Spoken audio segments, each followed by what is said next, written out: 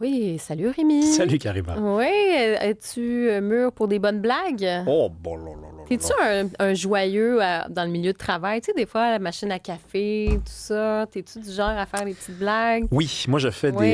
des canulars, je piège les gens, j'appelle les gens le soir après le travail, c'est je ça. trouve leur numéro. Non, moi je crois à la vertu de ça, surtout dans un monde où, et toutes les études le démontrent, la plupart des travailleurs, et malheureusement, il y a des gens qui nous écoutent puis qui vont se sentir concernés, ne sont pas heureux au travail, se magasinent un autre travail, se promettent d'arrêter ce qu'ils font dans les 5 prochaines années pour essayer autre chose. Donc, hier, quand j'ai ouvert la presse et que je suis tombé sur un article qui s'appelle « Accident de travail, des blagues tournent au drame ». Évidemment, j'ai été piqué de curiosité.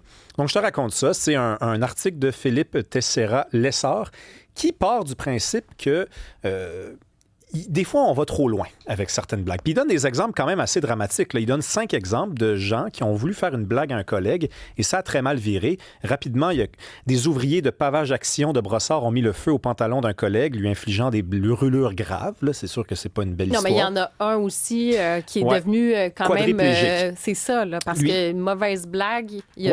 il s'est brisé, Ouais. je pense, le On lui, dos, a ren- là, littéralement. ouais, on lui a renversé les casiers là, du vestiaire dessus. Il y a un Cervical. Oui, exactement. Un travailleur a donné un coup de casque à une employée d'Hydro-Québec pour blaguer. Elle a été victime d'un traumatisme crânien. Celle-là est quand même incroyable aussi, celle-là. Un remorqueur a actionné son puissant klaxon à air à 3 pieds des oreilles d'un policier de Blainville. Il a perdu connaissance, victime d'un traumatisme auditif. Donc, il y a 2 autres exemples assez frappants de ça. Là, jusqu'à présent, tu lis cet article-là puis tu te dis, oui, j'avoue qu'il y a peut-être besoin de sensibiliser les gens, surtout les hommes dans le milieu de la construction, là, à arrêter de se faire des blagues de même. Mais là, le journaliste va un peu plus loin et c'est là que ça me dérange parce qu'il interroge une professeure qui s'appelle Elena Laroche, qui est professeure spécialisée en santé et sécurité du travail à l'Université Laval et auteure d'un livre de référence sur le sujet qui, selon elle, il faudrait arrêter de faire des blagues durant les quarts de travail et il faudrait les faire pendant les pauses. Ce sont ses mots, je ne la cite pas mal, c'est ce qu'elle dit, vous irez vérifier si vous ne me croyez pas. Donc là, on est encore devant un espèce de phénomène, j'appelle ça, moi, de la panique médiatique. On part d'un vrai sujet, OK? Le vrai sujet, c'est arrêtons de faire des blagues de cabochon, arrêtons de Mais jouer ça, avec la santé du c'est monde. même pas des blagues, ça, c'est des... Je veux dire, c'est C'est des très mauvais coups. comme, en fait, ouais. c'est même pas des blagues, là. On est vraiment dans quelque chose de la sécurité du travail. Tu vois ce que je veux dire? Fait que c'est même pas le même sujet, quasiment, là. Sauf que tu prends ces exemples-là, puis tu vas aller toucher à quelque chose qui est juste normal, puis on se fait des blagues entre collègues. Là, on parle de conneries, en fait. On parle de conneries, mais c'est parce que derrière la connerie, il y a souvent une intention qui n'est pas forcément mauvaise. Donc, c'est pour ça que je pense qu'on peut, oui, faire un certain amalgame entre la blague et le mauvais coup. Il y a un exemple, par exemple, c'est une employée dans une épicerie, elle est caissière et ses collègues décident de mettre en scène un faux braquage à la fin de leur quart de travail. Donc, ils rentrent dans le magasin puis ils disent « Hold up ». C'est stupide, là. C'est stupide. C'est traumatisant aussi, Mais voyons je donc. t'avoue, Karima, que j'aurais pu, là, il y a quelques années, faire ce genre Mais non, de mais si blague-là. t'arrives, Sans une je vraie sais pas. arme. Ben non, c'est ça, là. C'est pour ça que je pense que, selon certains travailleurs, c'est une blague. Et oui, il faut sans doute se poser des questions comme société, mais je trouve que la conclusion de la Oui, ça, professeure je comprends. est vraiment exagérée. Mais oui. C'est-à-dire que là, on s'attaquerait donc à ces gens dont on vient juste de parler. J'ai commencé la chronique comme ça, qui ont un travail, qui n'aiment pas tant ça que ça, mais quand ils se lèvent le matin pour aller travailler, ils se disent « Ah, au moins j'ai du fun avec mon collègue ». Et là, ils lisent cet article-là puis ils se disent « Ouais, on nous dit une professeure quand même. » Ben, en fait, c'est cette idée d'aseptiser tout. là. Ben oui. Tu sais, on prend l'exemple où, comme je te dis, moi, je considère même pas ça comme des blagues. Je trouve que c'est cave. C'est vraiment ça, tu mets en danger tes collègues. C'est même plus une blague là, quand tu t'attaques presque physiquement. Là. C'est sûr que si tu es avec un camion remorqueur puis tu es à 2 pouces là, d'une oreille, tu vas créer une blessure, une lésion. Fait que c'est même plus une blague. C'est que tu es peut-être un peu nono. Là, tu sais. Il faudrait peut-être que tu te poses des questions aussi avant d'agir. Mais ensuite, cette idée d'aseptiser parce qu'il y en a qui dépassent les bornes, moi, j'ai un problème avec ça aussi. Là. Oui, et puis ça cache mal, de plus en plus mal, l'idée qu'on ne serait pas capable de réfléchir, en fait, de faire la part des choses. C'est tellement plus simple de proscrire. Ben oui, c'est tellement plus simple de valoriser totalement ou d'interdire totalement, alors que la vérité, dans à peu près n'importe quel sujet de conversation, elle est où? Elle est au milieu. Donc, les gens qui nous écoutent, continuez de faire des blagues à vos collègues, continuez de vous amuser s'amuser, surtout si c'est un échappatoire, surtout si c'est une façon de trouver le sourire dans des journées qui n'ont pas de sens autrement. Et ceux qui nous écoutent, qui exagèrent et qui vont trop loin, vous aviez, j'imagine, pas besoin non plus de cet article-là pour savoir que vous étiez en train de faire une niaiserie. Et si vous avez eu besoin de cet article-là, bien, passez à l'action, arrêtez de faire ça. Oui, tout à fait. Non, vraiment. Donc, des bonnes blagues, puis bon... Oui. Quand même. De l'humour, c'est de l'humour. C'est ça, exactement.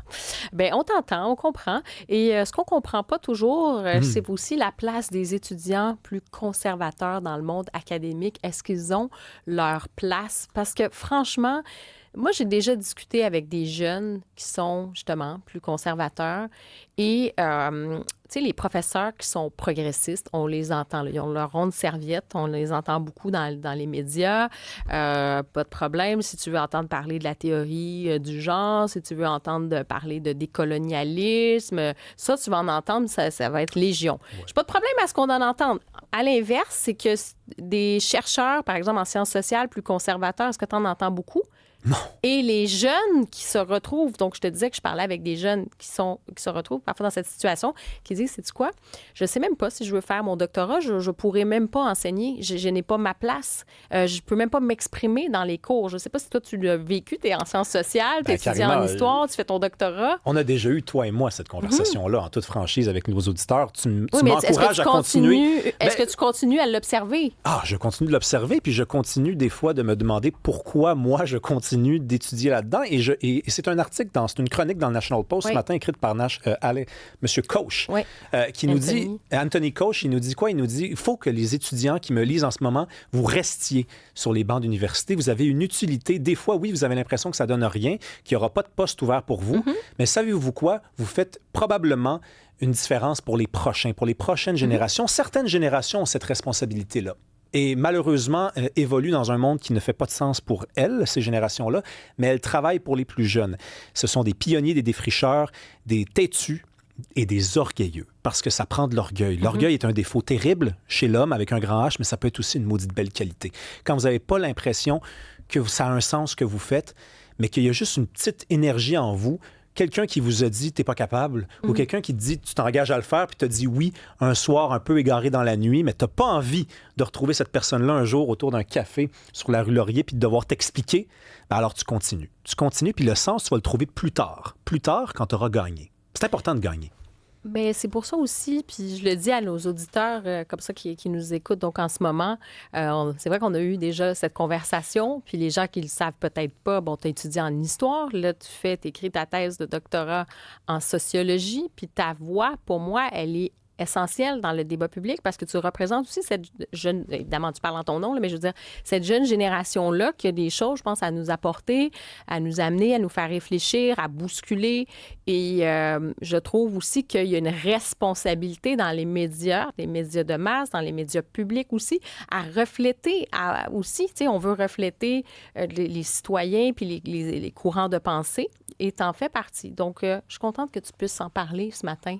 Bien, merci, et pour carrément. Tous ces étudiants aussi, excuse-moi, là, mais que qui se tapent leurs cours, qui payent leurs frais de scolarité, puis qui ont peur de parler, puis de dire, ben regarde, non, moi, cette vision du monde, je la partage pas, et puis qui peuvent se faire boulier, intimider, et qui se disent, finalement, moi, je vais même pas déposer ma candidature éventuellement parce que je n'aurai pas ma place à l'université. Moi, je trouve que c'est un scandale. Ah, mais c'en est un. Puis c'est moi, un vrai scandale. Je m'adresse à vous. Si vous êtes à la maîtrise, au doctorat, puis que vous cherchez un sens à ce que vous faites, tenez bon.